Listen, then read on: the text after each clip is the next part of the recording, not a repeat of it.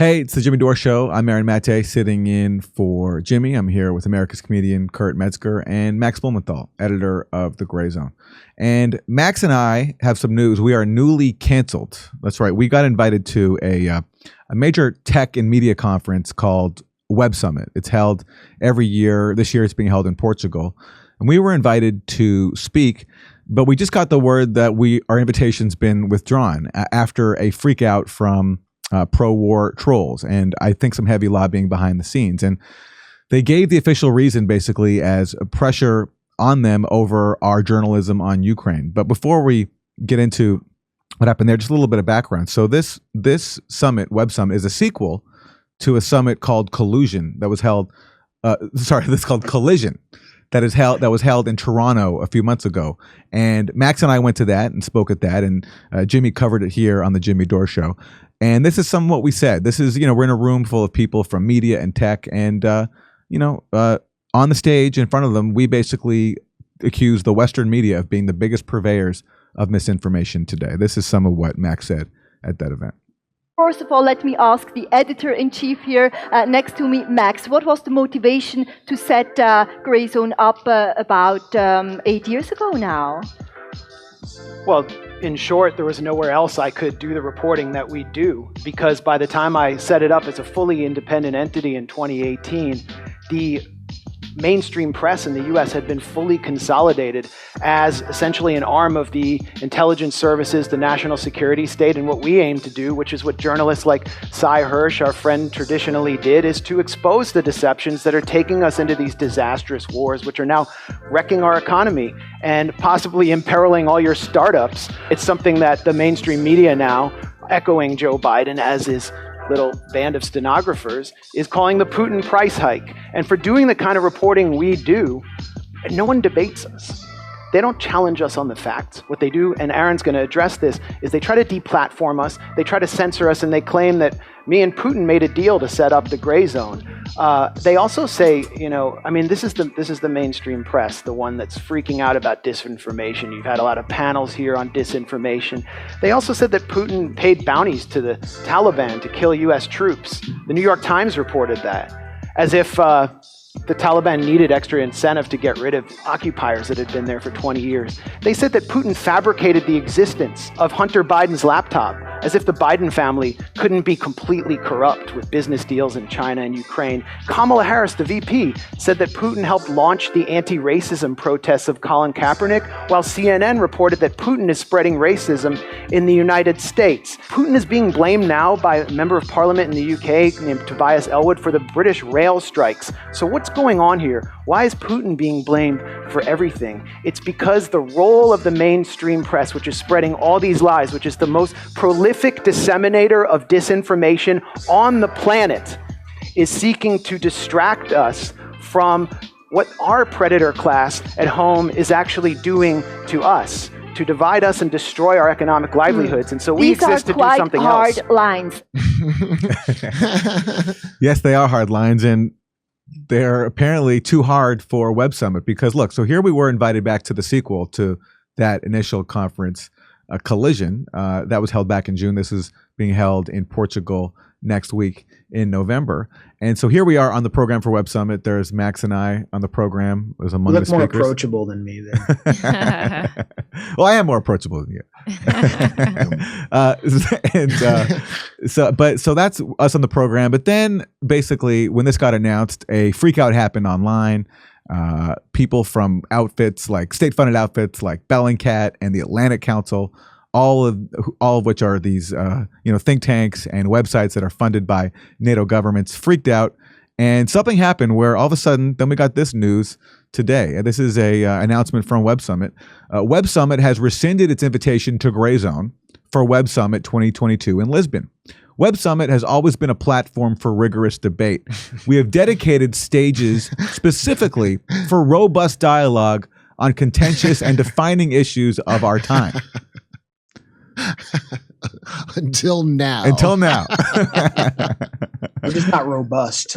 What are you, Ben Shapiro over here?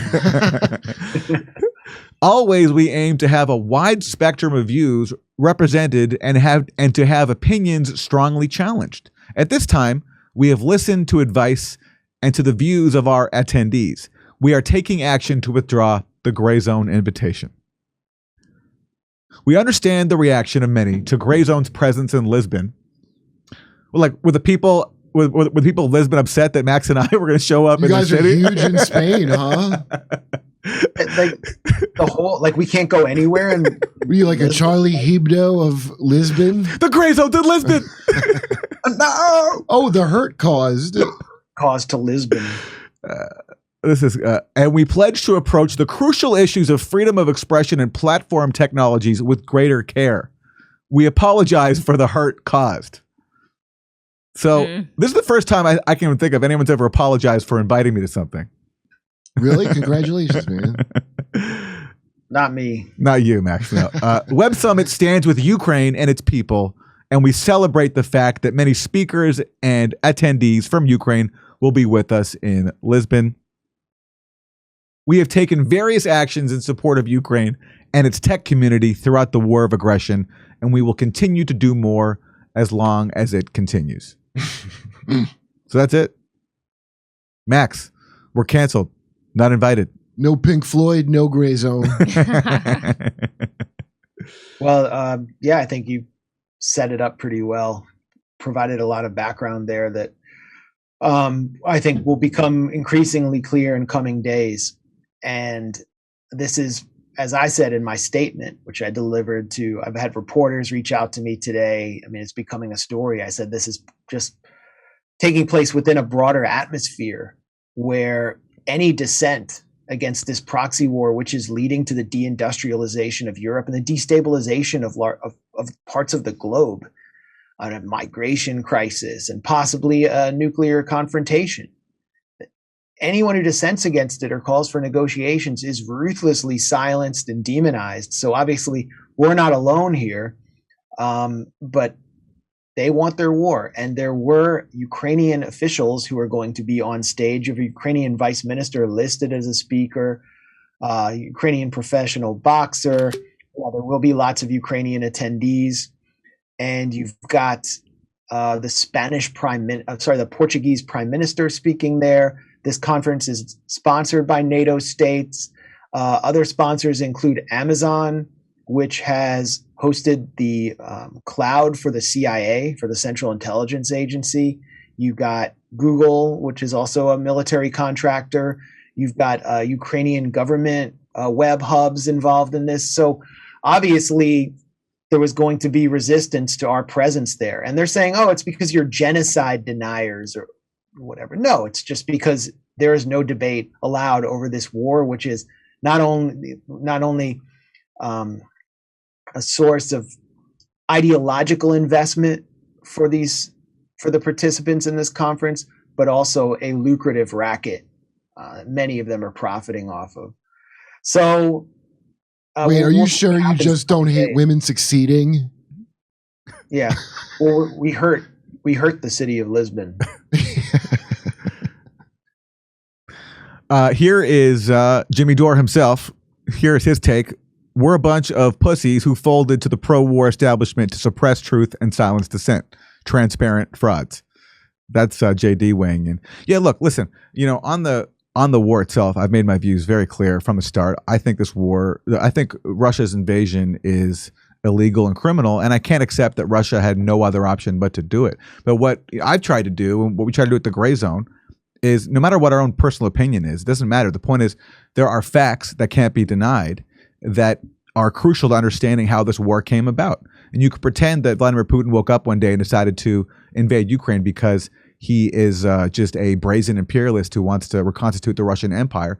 Or you can look at the facts going back many years now of the U.S.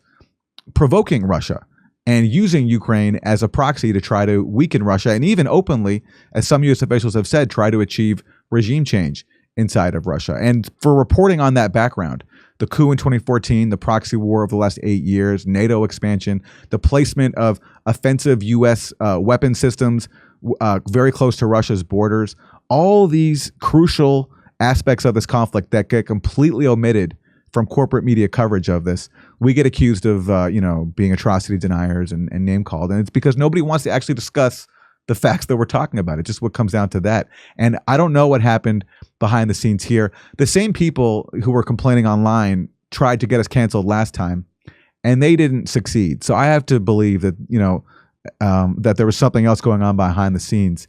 But regardless, it shows that on the most crucial issue right now, I think, in the world, this proxy war threatening nuclear Armageddon, inside the supposed freedom-loving, free speech-loving West, there's just so little room for dissent, for countervailing points of view.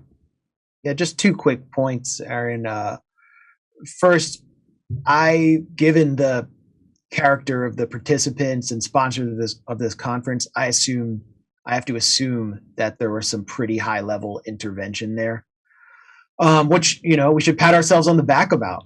We're doing the work, and we are presenting inconvenient facts that threaten some powerful interests. That's my assumption, and as a journalist, I'm going to do more work to find out what actually took place, and I'm hoping to report back with more in the coming days.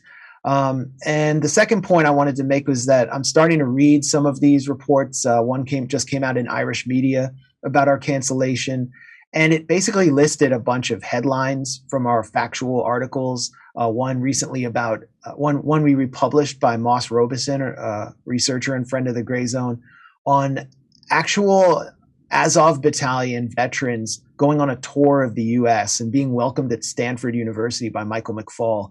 And it just lists those headlines as if they're sort of inherently offensive and doesn't address the content of the articles. But that's really all they've got. And that's not necessarily what they're afraid of. What they're afraid of is us actually going on stage and saying all this to their faces. It's what we're going to say, not what we've done. Yeah, and again, as we said when we spoke at Collision, the intellectually honest thing to do, if you don't agree with us, is debate us. Or if you don't want to debate us, at least write an article or do a video Aaron, do you want to debunking us. Right. If you want to challenge us, either debate us or write an article debunking us. But they don't do that.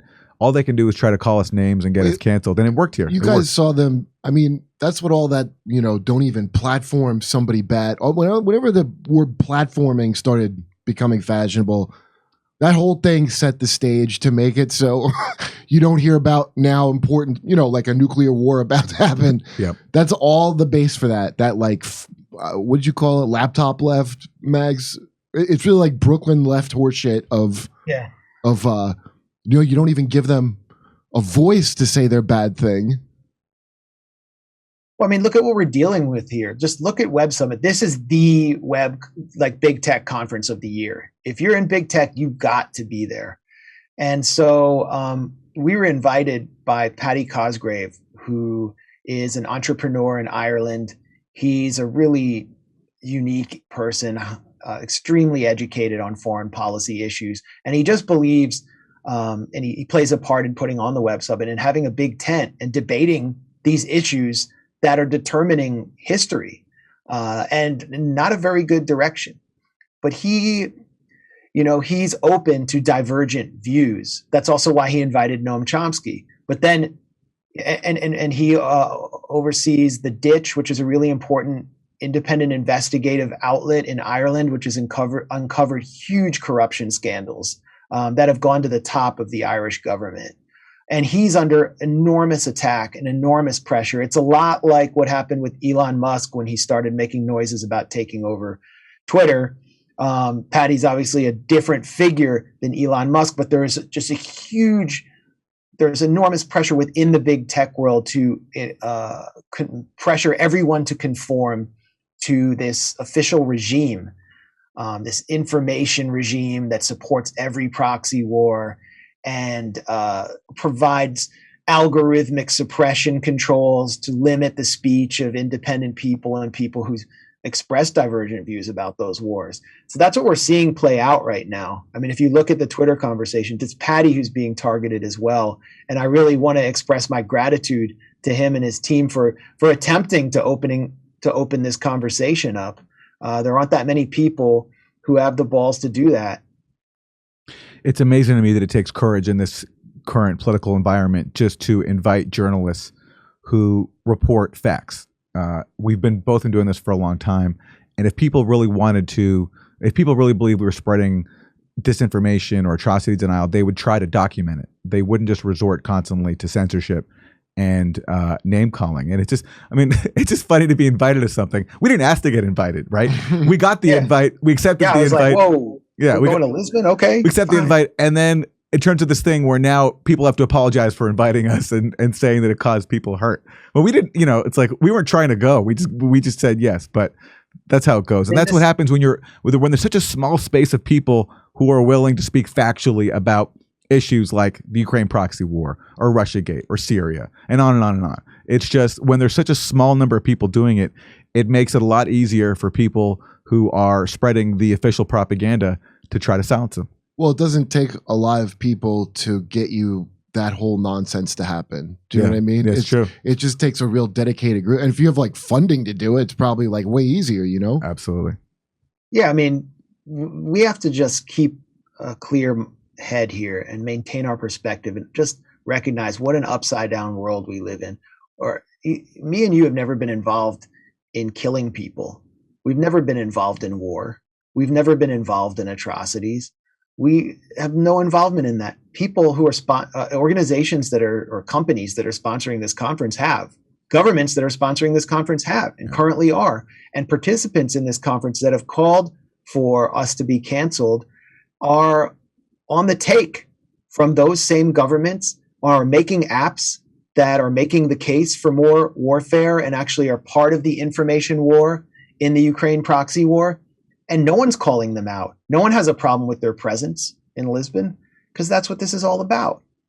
We're just two guys who are calling out this war mafia, and the mafia is mad.